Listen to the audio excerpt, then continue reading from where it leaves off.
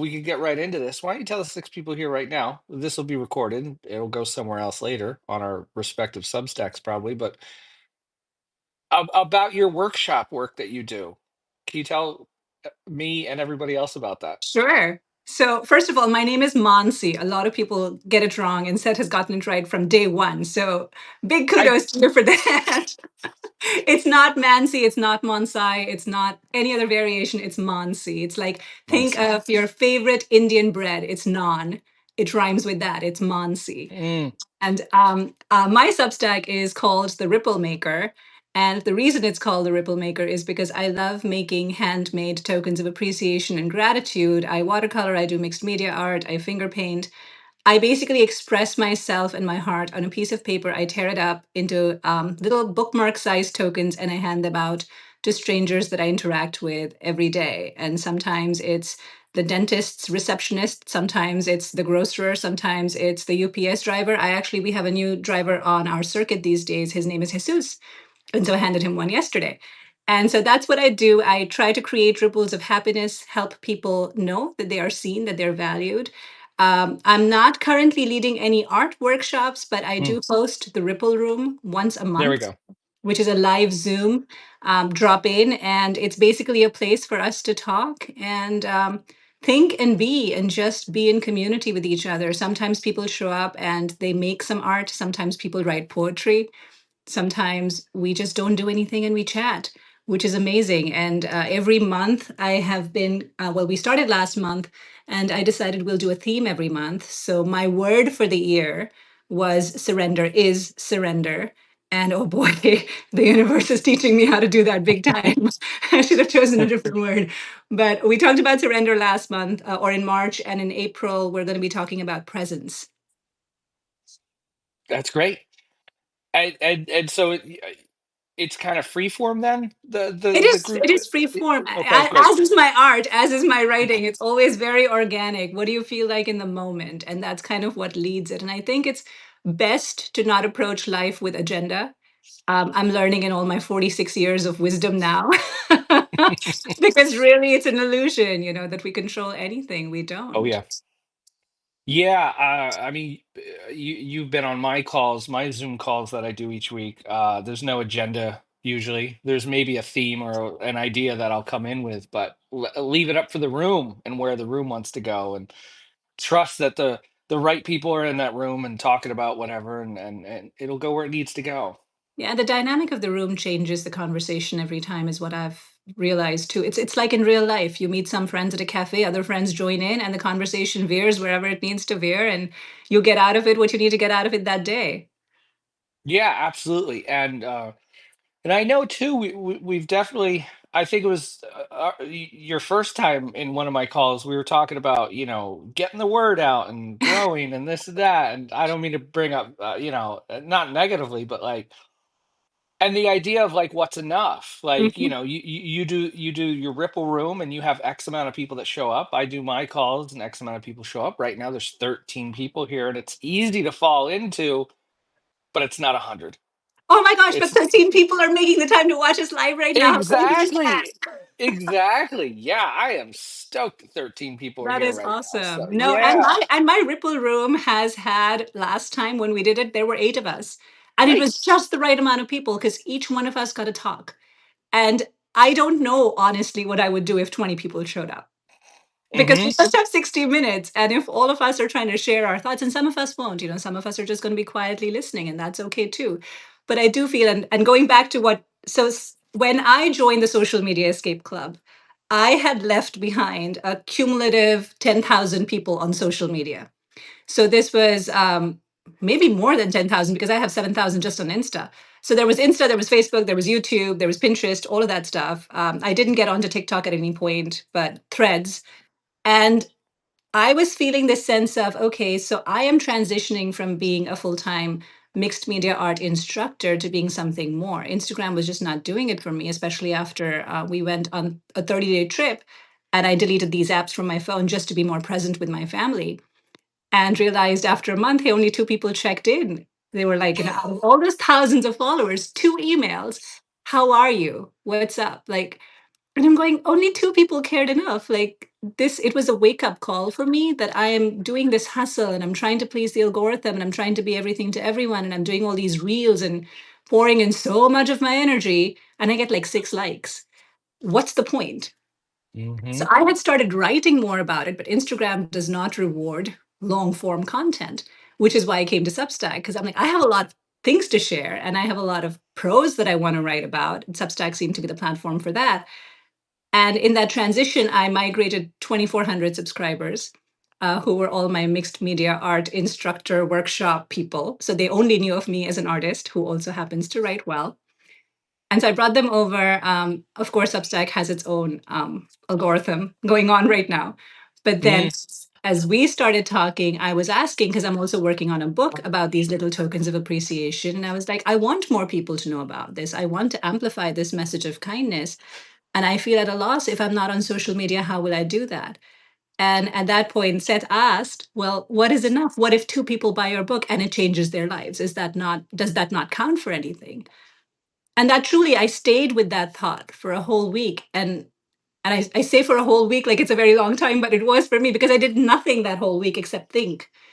And I decided, you know what, those two people, if that's what I end up doing and that's my legacy, that I changed two people's lives and they started this as a gratitude practice, that's enough because they will have created so many ripples. It's all about the ripple effect. You touch one person, they touch more people, and they touch more people in turn. And you, at the end of the day, don't even know what Mm. effect you had on however many people's lives just by doing this.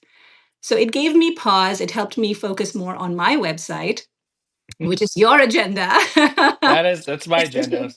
To That's get more my, yeah. people, yeah, because that's your home. That's not going anywhere. It's not owned by anyone. You are in full control. Yep. And so I learned that from the Social Media Escape Club, started focusing more on my website, and then Substack decided to officially prune my list. Well, you went and did a Well, I list did it. hygiene thing, Yes. which may have been, It was the the right trigger. thing, right? But unfortunately, Substack was like, no, we deeply frown upon that, and now this happened. So, So, a PSA for everyone watching, whether live or replay, do not do any kind of list hygiene stuff on Substack. Let it be. well, yeah, definitely. The common thing is, and so we could bring it up, and it is common even in the e-commerce world in which I work in, is to try to re-engage unengaged. They call it like a re-engagement Right, campaign. right. You find the people that haven't opened an email for 10 emails, or they haven't something like that, or they Right. haven't opened your email for the past 3 months or something like that, and so you reach out to them Mm-hmm. and you're like, hey, like here's a 10% offer or something like that. So it's not like what you did was like, whoa, no one does that. But the problem was is you had enough people that didn't open stuff, Right, right. enough unengaged people on the email list that so you sent that email out, it probably got a very low open rate, Two people. So it was 2% open rate. which is very 2%. very bad. And my So- normal open rate is 54%. right, So right. it So suddenly so went from 54 to 2. so the Substack algorithm, whatever the machinery behind that is like, whoa, that this person must be sending spammy stuff. Mm-hmm. And so they did what they did, which was like kind of suspend your sending abilities. Yes, for And 2 whole days. And also, what they did was they sent an automated email out to all 2,464 subscribers, telling them that if they don't click this link, they will be automatically unsubscribed. So I had 328 people in one day click that link. And I cannot tell you how grateful I am for those first 328 people who read the email. First of all, it landed in their inbox, didn't go in their spam.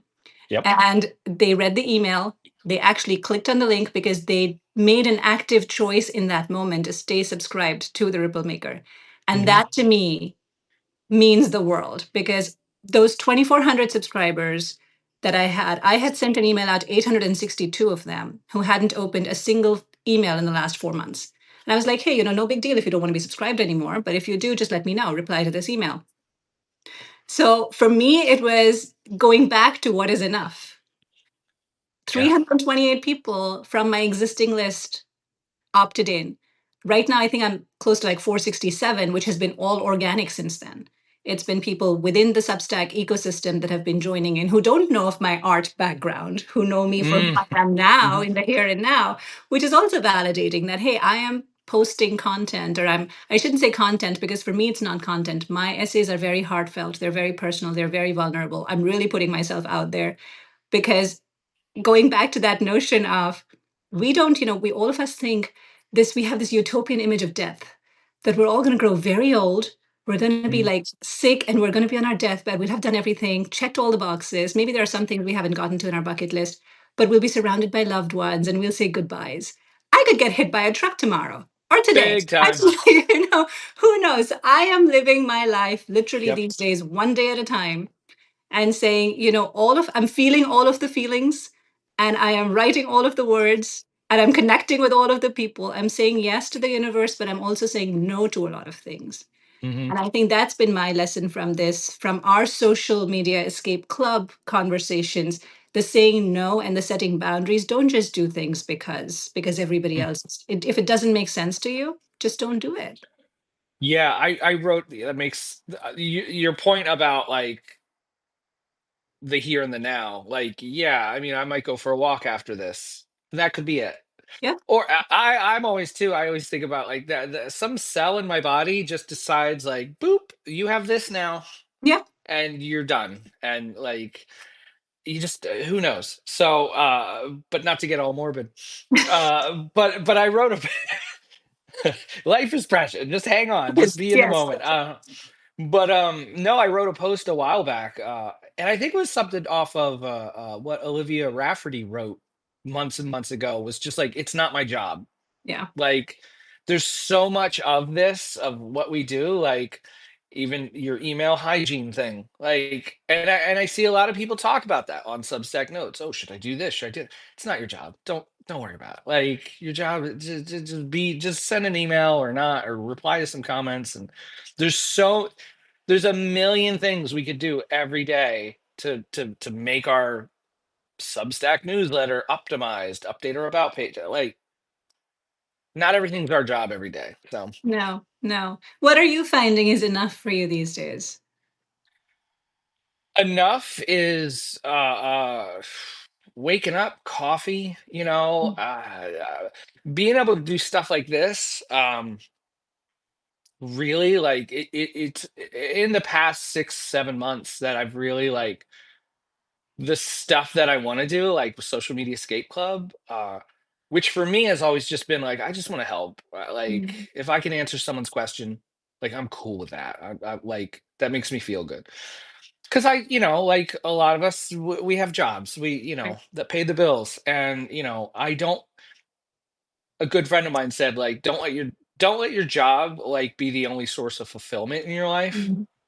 Because no way to live. Like you got to have stuff outside Yeah. of work, outside of the job, and really, it's like I mean, no, sounds I guess sounds cheesy, not to me, but like like when people email me little stuff about newsletters or I could be helpful with stuff. Like I'm like that's my job. Like I love doing that. You know what I mean? Mhm. Like so that's enough for me. If I could do that, if I could make a video, if I could do an interview like this kind of stuff, like this is enough. I love that. It's making connections, real connections, and Yeah. helping people along the way to the best of your ability. And Yeah. everybody's abilities are different and recognizing. And that's the other thing I've realized, just being on Substack, all of us write different stuff. Like Yeah. you say, writing is this big umbrella, but we're all writing to different audiences. We're all writing with a different cadence. We're coming at it from our different perspectives. And there was some conversation the other day about, well, hasn't this already been written about? I mean, Oh, hasn't all art already been made? It's like, we're all coming right. at this from our own vantage points and we're bringing our own unique perspectives into it. So Mhm. there's always going to be, everything is a rehash. I mean, I don't know if you believe in recycled souls, but there's Mm. that, there's that too. Oh, yeah.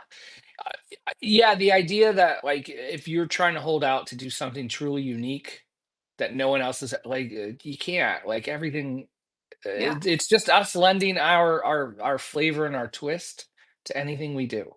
Like, That's what's most important is how we can our art and our work and our everything is like informed by decades of our Hmm. life, like our teen years, our how did I make it through my 30s, Yeah. like all the dumb stuff or great stuff we did, and here Okay we to are. say Woo, dumb said. It's okay. like so but and that's why, and I feel like so I see this so much with writers, with creative people, like, oh, I'm really trying so hard to be creative and unique rather than just being them absolute selves and just doing exactly what they want to do. Because social media's fed into that too. Like, if I do that, then the algorithm won't pick me up and won't show my stuff. And it's like, well, but that's fake. That's that's no way to live or create or make work. No, and it's just it's what are those numbers? What do they mean? Do you know the faces? Do you know those people? It's that thing that you wrote about yesterday where, ask people questions, get to know your subscribers, ask them what their dreams are, ask them what their fears are, get to know them as people. And I think that's what my tokens of kindness do. I have sometimes it's a 6-second interaction. You're checking out of the grocery line, the person's, busy, who knows what kind of day they've had. I give Hmm. them a token, it sparks a conversation, and it's very awkward as an adult to give another adult. I used to hide behind my daughter when she was 5, and I would like have her give it because I'd be like, I'm an adult. I cannot give a stranger like another adult something I've made because they'd always say, oh, how cute. Did she make it? I'd be like, no, I made it. But okay, fine. I'll say she made it. Because there's this inherent, we don't know how to be with other Mm, adults whom we don't know. And it almost seems like we only ask for a person's name who's in the service industry if we want to complain about something, if we want to talk to oh. their supervisor. Hmm. And I think that's something so wrong with our societal setup, no matter what culture. It's the same the world over. You only ask a person's name if they're in the service industry if you want to complain about them. Or if they've gone over and above, above and Sure. beyond to help you. And then you The want to say things. extremes. But what about the everyday stuff? How does Hmm. that get missed? And I don't know where I was going with this, but I just feel like it's the noticing, it's the getting to know people that I don't want to live my life just walking around in a blur of folks. I Hmm. want to know who I'm, rubbing shoulders with, who I'm sitting next to. And I know I mean I'm an introvert. I'm not even a people Mm. person. My doormat actually says people tolerated dogs welcome. So I am not the kind of person who's going to put myself out there and initiate a conversation. But the last 7 years that I've been doing this, the tears that I've seen in people's eyes at just being noticed, that I'm asking their name not because I want to complain about them, but because I want to customize the bookmark for them so that they can have Hmm. the keepsake. That's what keeps me going. It's this, it's important to those people. And I think that's kind of where you get at too when you say talk to your newsletter subscribers, ask them, get to know them, let them Hmm. see. It's not a one way. It's not a one-way street. It's two-way. No, no, and I guess there's a place for the one way, and if that's your thing, I guess sure do that. But like I can't operate like that. I need to know. Like I think a lot of us, we want some feedback. We want but like it's interesting in how we do that. Like because I've seen it here and there. People just like, hey, let me know how you're doing, Yeah. and like but like to really like it's a matter of too like if you could be vulnerable or if you can write in a way or show something in a way that makes people feel safe that they can do the same with you, Yeah. that you're opening that space that they can walk into then. Yep. and Absolutely. and I mean, even in just doing my weekly calls, that was an eye opener, which I started like last year around this time. I did them very intermittently, and because I started my newsletter, it was called Heavy Metal Email at the time. Really? I didn't know that. Yeah. I come from the music world, the heavy metal world, and I started a heavy metal blog for AOL Music back in 2008 called Wow. Noise Creep. Noisecreep.com. It's still up. I started that way back in the day. And but yeah, I just saw all my friends and bands with their on Twitter and Instagram and to their 30,000 fans and Mm. they would get 40 likes. And I would always I'd be shouting like no one sees your stuff. That's why no one's selling albums or selling Mhm. tickets on tours and stuff like that. No one knows you're on tour because all Exactly. you do is post on social media and no one sees your posts. So my thing was like, oh, I'm going to start heavy metal email, and that way people, try to get the word out. Mm. I'll start working with metal bands, which did not work. And what happened though was, but I like just put it out there. I was like, hey, email lists are important. This, that, and the other. And so many creative people, artists, photographers, writers were like resharing the work, my writing, and saying, hey, this is for metal bands, but it's really for everybody. Mm. And Mm. I was like, oh, wait a second, maybe it is. And so yeah, then I, changed the name to Social Media Escape Club, started doing weekly calls where I realized no one wanted to talk about landing pages. I started this off thinking I would like sell ebooks to make landing pages, which was not the case. And so by being closer to the people that subscribe, the people that show up week in and week out Mhm. in the comments and stuff, or people that reply to the emails. Okay, yeah, now I see. And one of the biggest things I found out was on those calls when they started, what was fear.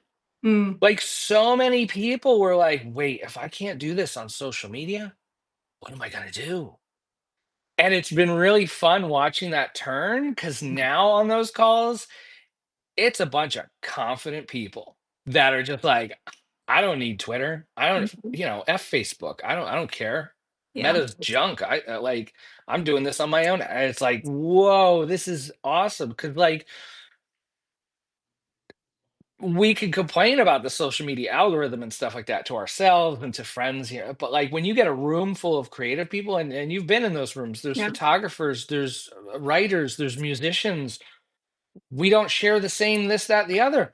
Um, but like we have this common thing. Like we just want to make our art. We just want people to know about it. Mhm. And it's like we like for anyone listening, like, oh, my weekly calls, like Seth must just get up there and be like, delete Twitter. And it's not like that. It's the room full of people that have been Yes. going through the same thing. And like we're all on this journey together figuring it out. So Yeah, and we talk yeah. about QR codes and we talk about business cards and we talk about like the old school stuff because that stuff, I mean, I think it kind of was pushed away into the background because of all the social media frenzy, but I don't think it ever lost its value. And I think Mm-mm. it's coming back. I'm seeing this shift too because I think people are shifting towards noticing a bit more because there's just so much toxicity that is happening and it's affecting people's mental health so much. Hmm. I remember, just scheduling all my reels. Oh my gosh. And I was just like, you know what? I'm going for December. I don't know what's going to happen to the traction and whatnot. And after I came back from a whole month of not having those apps on my phone, I could exhale. Hmm. Like, who gives a crap about the 64 likes that the people that I don't know, I will say this though. The people that are coming to my Ripple room, the people that have continued to subscribe are people that I made connections with on Facebook and on Instagram. Yes. So it's not for nothing. But Hmm. think about the stats. You have Hmm. 10,000 plus followers combined, and of which you ultimately end up having 300 people that truly follow you for who you Yeah. are. Think Yep. about that. It's the percentages. It's just like it's crazy to me. And how many of these people have I met in real life? Maybe Hmm. 10, you know? So it boils down to what does that connection mean to us? What does it do for us? What do we find fulfilling? And if I haven't heard a single person say that the hustle is fulfilling for them. Have you? Mm-mm. No, never. I mean, maybe because I don't hang around enough like 25-year-old dude bros from a marketing class or something like that. But that's all right. That's not my people. So Yeah, which and is I think fine. all of us are discovering when we get together in your calls on Thursdays that, we're all doing our own thing. We're all doing it very purposefully, very intentionally. We're doing it in a way that nurtures us, and in turn, I think there's a whole lot of the we're doing it, and we're going to continue doing it, no matter Hmm. the outcome. Like our doing this is not dependent on sales No. in one way. Uh, I think, of course, sales are important, but I don't think that's the driving factor for mm-mm. creatives anywhere. We're not Mm-mm. in this for the money. No, no, there's certainly better ways to make a few bucks. Yeah. Yeah, and I would also stress too, like that kind of touched on of how we're doing it our own way. We have to be like our at our best if we're going to make the work that's going to resonate in the first place. If we are constantly like white knuckling everything and then doing marketing to try to get the word out, like our work is compromised when we're doing everything like when we're just huffy and puffy and like, "Ugh, I hate doing this." Like everybody, not everybody, that common refrain, like I hate marketing. I hate, I hate having to do social media. Well, Hmm. find a way to make it not that you hate it. Well, it's performance. That's the thing, right? If you're always performing on Yes. stage, you're always just Hmm. going to be performing. And going back to what you said earlier, just be yourself. It's so much easier. A, you don't have to remember stuff because you're not Hmm. lying about Oh, anything. B, yeah. you can just show up, and then whoever follows you for who you are Hmm. and wants to connect, and not even follow, connect. I think connect is the main thing. It's not about following, it's about having conversations. Whoever wants to Yeah. connect with you for who you are. If you're wearing yellow glasses and I like those yellow glasses and I'm going to, like, connect with you, I mean, it is, it The- truly is. Sure. You don't have to perform. You don't have to people No. please. A big story lesson I learned from that was from Meg Lewis, who is Mhm. on Substack. Meg Lewis, you can probably just search for them here on Substack. But they used to interview for like big tech jobs. They're a designer, artist, and they would interview for these big jobs and such, but like would hold back who they were. Mhm. Like be serious and like not reveal too much of themselves. To which a lot of us have probably done over the years, like just to get in the door. Mhm. Yeah, I don't want to show too much of me. But then they found that like when they show up to the job and they kind of like do reveal some of themselves, it was kind of like, whoa, that's weird. For the Yeah. job, Yeah. Yeah. for the people there. And then so then they found themselves like, crap, now I have to like I can't be myself. I have to Mhm. hold back, and Mhm. that's hard. And so, totally, in the last couple of years, Meg's totally like, "This is who I am." Like, they made a font like called farts or something like They're so that. bad. They're just really goofy and colorful and this and that, like fully themselves. Because that way, guess what? You're gonna get hired by people that want that. Yep. Yep. And I think there's something about, I realized it's something about being in my 40s that did it for me. There was a switch. There was definitely a switch because I was like, I don't give an F. I'm just gonna No. be me and who cares? And I think a lot of it also came from becoming a parent, because as a parent, you start getting advice left, right, and center, and you're like, I'm just getting inundated by stuff that might work in generic terms, but does not work for my child. So I'm gonna have to stand up and fight and be the mama bear. And I think a combination of that, because I became a mom very late, at age 36. And so for me, I was like, why am I being told to do this? And why am I being told to not do that? And there was such a big list culturally, just in the neighborhood, from the peer groups that you go to, the schools. And I'm like hanging out with these 24-year-old moms, and I'm going, I think I know how to do this better. I'm just going to do it my way. Not to sound snobbish or something, but it's just like, it's fine to do things your way, even if you don't know what you're doing. It's okay. Yes. It's okay to fumble. It's okay. We talked about this in one of our social media escape club calls. What are we so afraid of when we talk about failure? It's about Mm. making a fool of ourselves. But it's okay. It's okay to make a fool of yourself and learn from that, and get up, dust it off, and move on. Everybody does it. Nobody's perfect. No, no, I talk a lot of my with my client work through Social Media Escape Club. I run into a lot of people that are like, I want to start doing this thing, especially like a Zoom call. I Hmm. want to start doing the Zoom call thing, but I'm afraid no one's going to show up. And it's like, great. Like that was me. Like for me, it was like I knew that would happen. Hmm. Like no one's going to show up. So you know what I did? I just invited two or like three of my friends. Like just, hey, can you hop on a Zoom call with me next Thursday? We'll just hang out and talk. And Hmm. if other people show up, cool, that's fine.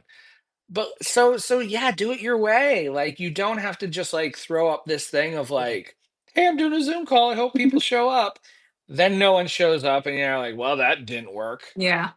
And it's No, like, and what you said about the live too, yesterday's post, I think you were like, do it now when you don't have yeah, 10,000 people watching you, it's okay. I mean, we've gone from 13 to 32 in the well, last. yeah, we're moving. We're we're on the rocket ship here. Um, yeah, I love this. Yeah, a couple people in the comments. Yeah, nobody really knows what they're doing, says Valerie. Yeah. Uh, Tip type. I'm sorry, I mispronounced your name. Became a mom at 41 here. Yeah.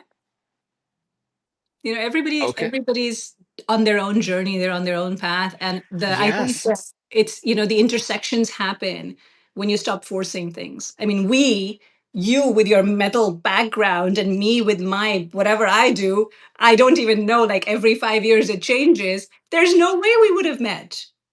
No.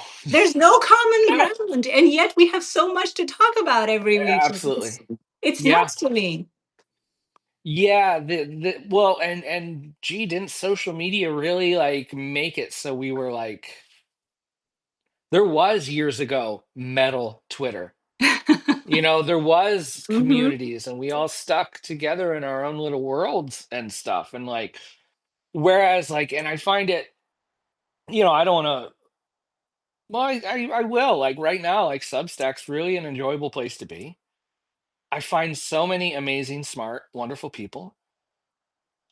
Half of the stuff I read like on notes, like you know, I don't need to subscribe to their newsletter because it's not like what I do, like some of the stuff that they write about. But like, Hmm. wow, that's a really neat person. Yeah. Like, Yeah. I'm gonna follow them, and they have neat insights, this and that, and like, so yeah, I think it's breaking down. Like, it just becomes like, well, it's people again. Yes. It's not avatars. It's not like if your tweet went viral. It's not if you're snarky enough on this or that, like, or if you made the right vertical video. Right. We're Yeah. appreciating people for who they are and There's more what they're freedom. about. There's more freedom of expression, and I feel like there's more acceptance and Mm, a letting of people be, which is yeah. which is so I don't think it's easy for any of us to let people be, because I think the most traction I've ever gotten on Instagram is when I ask for an opinion, because everybody has an Oh, opinion. oh, And it's so hard to not just hmm, hold back and say, you know what? It's to normalize, I don't know. People don't say, I oh, don't yeah, know. People feel like, yeah. oh, I should know, but I should have the answer to this. And Hmm. I just feel like on Substack, I'm finding that it's okay for people to say that, to say, I don't know. If there's nothing to contribute, they just keep quiet, but they will silently support you still. That's what I'm Yeah. finding is fascinating. Or what do you think of the discourse? I've seen this a bit too of like, oh, my friends aren't liking my stuff. Mm. My friends aren't. My family's not like supportive of my stuff. And for me personally, like my parents didn't give a crap about what I was doing really. I And don't like want my family to know what I'm writing about. right, yeah, yeah, yeah. I learned that way back in the late 90s on Zanga. I Mm. remember writing on the blog thing there. I was having a dumb day. God, I was like what, 20? I was in my 20s, so and writing online. Yeah, so we know how that goes. But it was just one of those dumpy days where I wrote like blah, blah, blah. Hmm. And I remember my mom calling me like a couple hours later, and she was like, "Hey Seth, what's wrong?" And I'm like, What are you talking about?" "I read your blog post." Mm. I was like, "Oh, gee, whatever." And so, like, I don't know. I'm kind of, I mean, both my parents are no longer with us, but like, Mhm. whatever. And like, my sister, she doesn't care about what I'm writing about and stuff. So, But but also, like that. I don't understand this whole friends not liking stuff on Substack, Mhm. because for me personally, Yeah, and this might be true for you too, I am not this way with my friends in real life at all times. And I am myself still, but I'm a different part of myself. And I think yeah, all of us are these different, we hold a multitude of complexities, each one of us. I don't talk like this when my daughter's around either. I talk a different way. I don't half the stuff. My husband recently subscribed to my Substack. I do not know why. And he's like, "Why do you keep sending all this inspirational content out?" And I'm like, "I'm not right. I'm not sending Like, inspirational content hey, out." unsubscribe, buddy. Yeah, Like, I'm like, okay. I mean, you don't, if it doesn't work for you, delete the email. But the sure. thing is, I think I go back to this over and over. We don't see the world as it is, we see the world as we are. Mm, And so when okay. he reads inspirational content in what I feel is melancholic content, I'm writing very depressing stuff from my standpoint, and I'm just sharing it with the world because I feel Mm, like it's okay to share your darkest, deepest thoughts. He's taking that away because he needs inspiration in that moment, mm, finding it in that. And so I feel it's the same way when you put something of yourself, people will receive it the way they are in that moment, at that point of time. And so if your friends are not liking what you're sending out on Substack, maybe they're not in a place to receive it. And that's okay. yeah, I learned that real quick with like on Twitter. I used to have like 2,600 followers on there. And for many years, I would write about the importance of email lists. Okay, got a couple likes, this, that, and the other. And so then when I started the Substack and I announced it, in 2021, hey everybody, I have a newsletter, blah blah Mhm. blah. Like I got less than 2 dozen of those people to come over. Yeah. But guess what? Not everyone gives a crap about getting off of social media. Like some people really like it. Some people. Mhm. So I don't know. I just couldn't take it personally. Like I think Everybody I, has a drug of choice, Seth. Everyone has a drug of choice. yeah. Well, not only that, but just like I mean, okay, yeah, sure. Those people that I can think of some individual people from Hmm. Twitter from those days that I met in person Hmm. that didn't come over and subscribe. All right. Like I'm thinking of this one person in particular. Whatever, yeah, fine. They went off and got married and bought a house and now they do like they don't need social media escape club right now. Yeah. Like whatever. Like I don't know. But even still, even like that was a friend that I met in New York City years ago Mhm. through Twitter.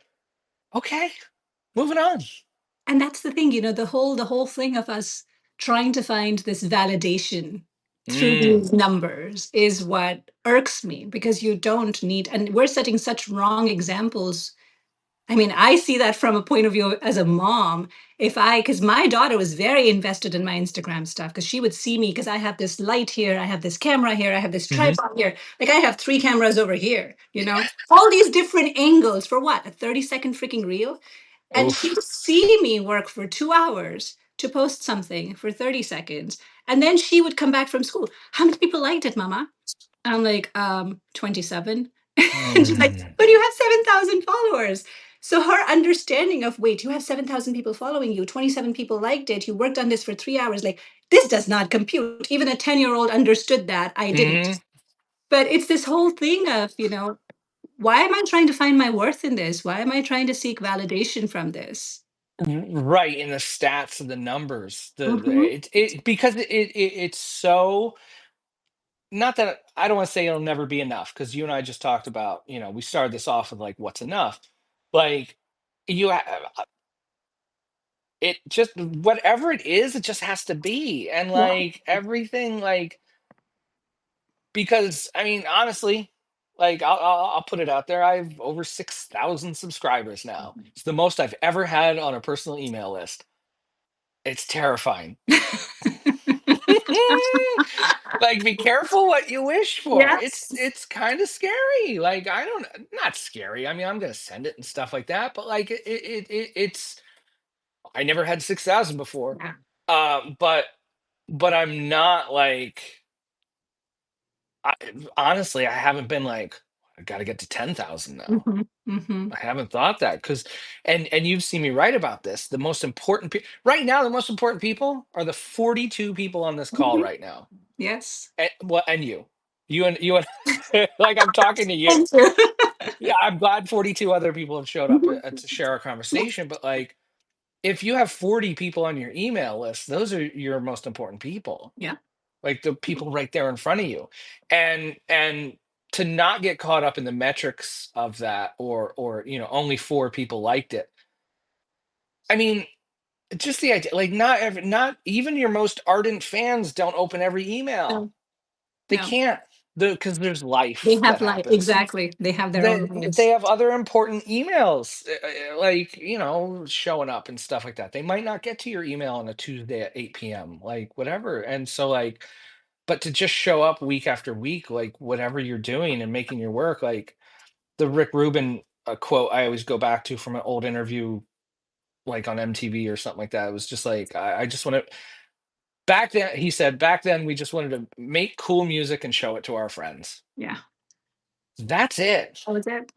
I'm just gonna make this stuff and send it out. Yeah. And like after that, I can't do anything. And I can make a it's Substack. Go ahead. I was just I'm going to getting say, rampant. it's so important to go back to that core idea of doing it for yourself.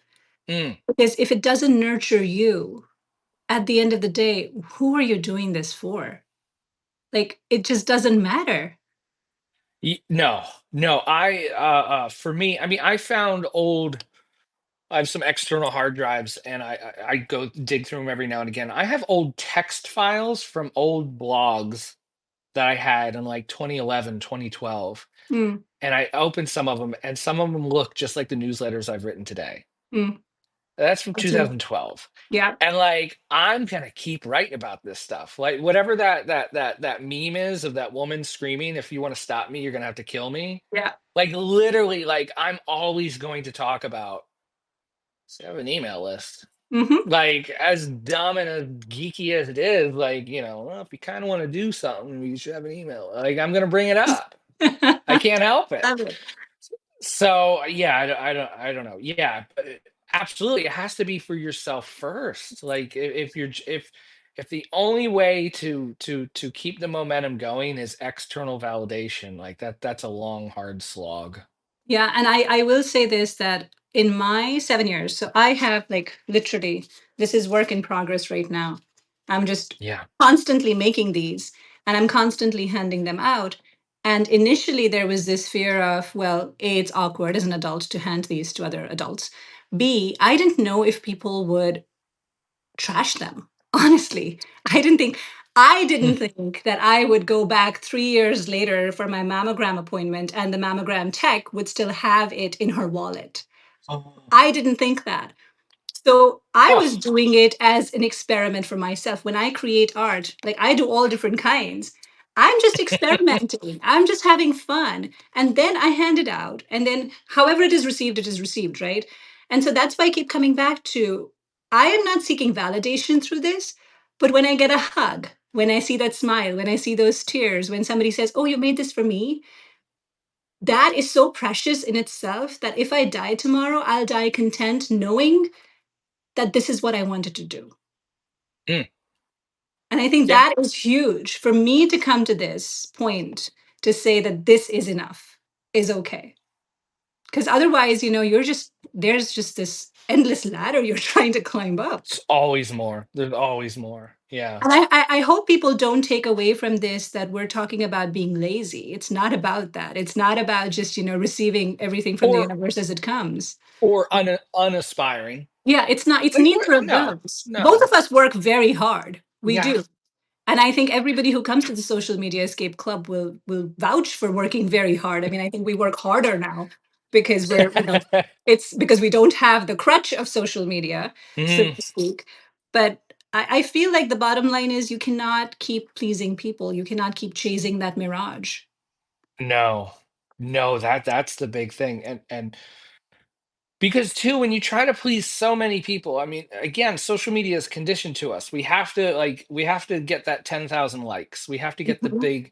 this big whole thing, which then like somehow invalidates the one email that someone sends you. Yeah. And like, look, I've been writing online kind of professionally since 2001. And like I've probably gotten a dozen of those emails. That's It's 20 some nice. year. Like I didn't get 10 of those emails a month or anything like that. Seriously, I could maybe think of like 12 times I got an Mhm. email from someone that was like, wow, this thing is real. Yeah, cool, cool. Well, that's amazing. Yeah. And like that's a small, small number, but like, I don't know. That's the stuff that Like when I get emails from people with replying to like social media escape club, like to for anybody to be like, oh my god, like it's the hope thing. It's on Yes. the calls. It's like, oh wait, there's other people that hate this and they're doing okay. Yeah. Maybe I can do that. And Yeah. like to facilitate that, to like help people like along on that, to show kind of Mhm. like that just, yeah, cool, 6,000 subscribers, but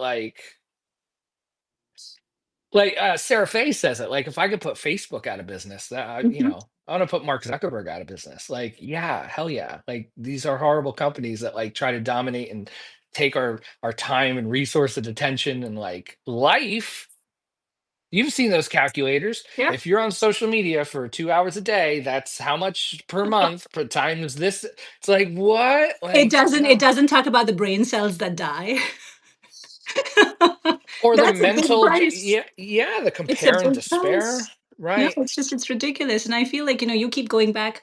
Think about it. 6,000 subscribers, great. But the 12 emails that touched your heart, you keep Yeah. going back to that. That's what you hold on to, right? Hmm. Substack algorithm tracks comments, tracks interactions, tracks likes.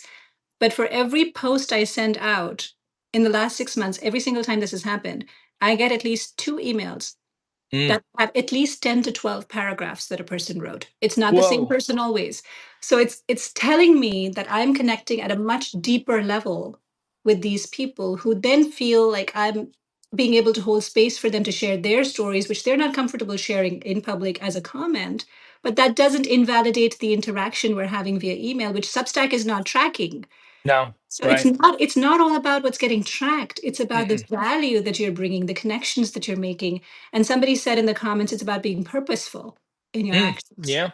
And I think that's the whole ethos of the social media escape club is Mm. that it's intentionality. Be more Yes. intentional. Right. If I'm gonna make this thing, it's kind of like I see this a lot in my world with musicians and bands and stuff. Well, I'm gonna go record and I'm gonna go make an album, or I wrote all these songs. I'm gonna go in the studio. Okay, now it's done. Here's the CD. How do I tell everybody about it? Yeah. And it's like, well, you got the intentionality of it. Like, if you're gonna go through all this stuff, you got to have a plan of like how you're gonna let people know about it, and like bake that into your operation. Like for me, for you right now, like yeah, for me, every Monday I send out a newsletter. There we are. That how am I gonna get the word out that way? Yeah. Yeah, but I'm on Snapchat. I don't. Well, then you're not reading it. Like this is Right. what I'm doing, Yeah. and I really stress that too to so many creative people, so many artists. You're the star. You do what you got to do, as an artist, as a creative person, like if anyone, yeah, like show up where you have the energy to show up. Yeah. Like if like I know musicians that like don't want to play bars anymore. Mhm. You don't have to. Yeah, I don't want to do pop-ups anymore. I don't want to sell any handcrafted Right, I stuff, remember you right? talking about that. Yeah, Yeah, I I, remember you I talking don't about want that. to sell my paintings. I get no creative energy out of that. I might earn money, but I don't see that being valuable to me. And there's a big Hmm. difference right there, earning your keep versus nurturing your soul. And I Mm. almost feel like, it's Sarah Faye, I don't know whether it was today or yesterday, said something about people are not subscribing to your Substack, they're subscribing to you. And I You, think yeah. that's a very important distinction because Substack might not be here this time next year. Yeah. Are those people going to follow you where you are? You know, Hmm. that's I think, and that's what I am seeing as I'm kind of understanding who I am in this season of my life. Kind of, I'm tightrope walking this rope of whether I'm an artist or I'm a communicator or I am a personal essayist or will I write a memoir? I don't know. I'm figuring this out. And I'm figuring this out in public with people who are offering me that space, who are loving me regardless. And that to Hmm. me means the world. Hmm. Whether or not this book launches in spring of 2026 or summer of 2026 or 2027, I don't know when this book is going to come out. I am Book, not, really? I There's am, a yeah, book. there's a book. So I'm writing a book about these little Oh, tokens of love. oh, cool. And I have a publisher. In fact, she just emailed me this morning asking me what my manuscript deadline is going to be moved to now because I am I am revisiting it and regurgitating and, just kind of figuring it out. I don't want it to be a craft book. I Mm, don't want it to be a book of, hey, learn how to watercolor, learn how to do mixed media tokens, because it's not about the art, it's not about the techniques, it's about why this is important. hmm And so positioning this book in that framework is important to me, that it's these little tokens of kindness, but what they are really tangible ways of telling someone you see them and making connections. And that's what I want this book to be about. But I am not using Substack as the groundwork in every single piece of messaging I send out for planting that seed of whether or not, I mean, it's probably happening unintentionally, but I'm not marketing the book. That's mm. not what I'm doing every day. I'm just showing up as myself. The book will Yeah. happen when it will happen. Hopefully by then I'll have enough people who will want to buy it for me. Yes. But it's that. I think it's that intentionality of doing things. Yeah. Ryan, thank you for your comments here. The Derek Sivers. Yeah. And yes, people are subscribing to your Substack. They're subscribing to we you. Yes.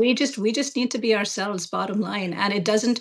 And the other thing, I don't know if you feel that, Seth, but I've seen Mm, women tend to be very, very self-deprecating and have way too many doubts about themselves when they are out there in public doing this. But after 40, again, something happens and we're like, who cares? you mhm, know so I feel, I'm not saying, I mean, I'm not trying to make this a gender thing, but I feel like a lot more women need to be more confident about who they are. mm, They just need to be like, you know what, this is who I am. Love me or hate me, I don't care. I'm just going to do my thing. mhm. Well, too, because yeah, the external validation. I mean, it's the numbers or the subscribers or the replies you get or something like that. But also, yeah, too, for gender wise, like men get to age ruggedly. Yes. I did I put get. foundation on and mascara on today for this call, but not because I was getting on the call. I I wanted this to be a bright and happy day, and I wanted to feel good. And those sure, simple things sure, made me feel good. sure. Me, I get to be all gray. Like if I want, like yeah, it's messed. That's the world we live in. It is. It is. And I think that's why it's important to keep going back to the idea of just be yourself. Whoever you want to be in this season of life. And those seasons can change and you're allowed to change and evolve and pivot and be whatever you want to be. Absolutely. Yeah, you could at any moment. Again, I'll go back to Meg Lewis just as another point. Like Meg Lewis does a whole course on like finding your personal style, which is so important. And Meg does wears bright blue jumpsuits Love that. when they speak on stage and stuff like that. It's like that's Meg Lewis. Like Yes. fully be yourself because so much all of this it's so easy to pretend like because we've read newsletters from bands, Mhm. we've read newsletters from writers, this that, so now I have to write like a writer, like this person's successful, I better write like them to, and it's like no, right, like you gotta be you. Yeah. And question everything. What does it mean? What do those labels mean? That's the other thing I'm learning too. What do those labels mean? What does it mean to be a writer? Again, Oh yeah. there are Yeah, so many different styles. There are so many different genres. It doesn't matter. yeah. the, Oh, we're talking about AI tools. Oh boy. Uh-oh. Oh yes, you can train ChatGPT to write a certain way, or to edit your work a certain way, or to find or fine tune their feedback to you a certain way. But again, at the core of it, is ChatGPT ideating for you? Might be helping Mm, you refine your ideas, but where are the ideas coming from? A human brain. yeah. Yeah. I sometimes get at wit's end sometimes with a sentence or two, or if I'm trying to write something, I'll just throw, but I treat any of the AI stuff as like a very amateur like writing partner. Yeah, Like, here's this a line. Can sounding you board. just I treat it as a sounding sounding board? Yeah. board. Sounding board. That's all. Anything that spits out does not get ever published. No. I look at it and the dumb computer programs spit out 10 different ways to say something. and from my 20 some years of experience in writing, like I can look at it and just be like, beep, beep, beep, like, okay, yeah, that gave me all I need. Yeah, Yeah. yeah. Yeah.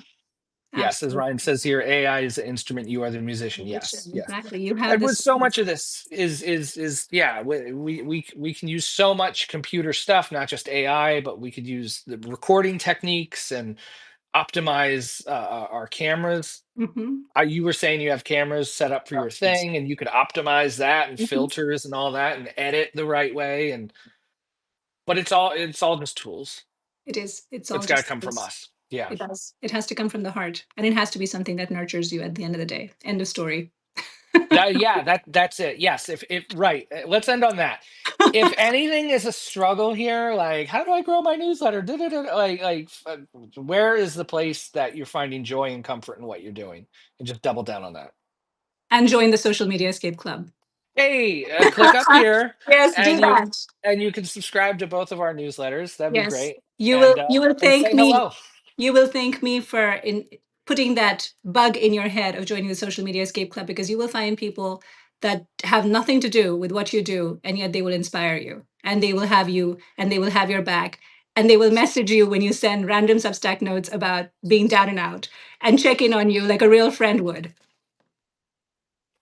Thank you for that. Thank you for that glowing endorsement. I appreciate it. Thanks for hanging out for an hour on a Tuesday, Well, thank talk, you. This has talking been about all this fun. stuff. And this was your idea, Monsi. This was your Yeah, idea. yes, this was my idea. I Oh came man, you back forgot.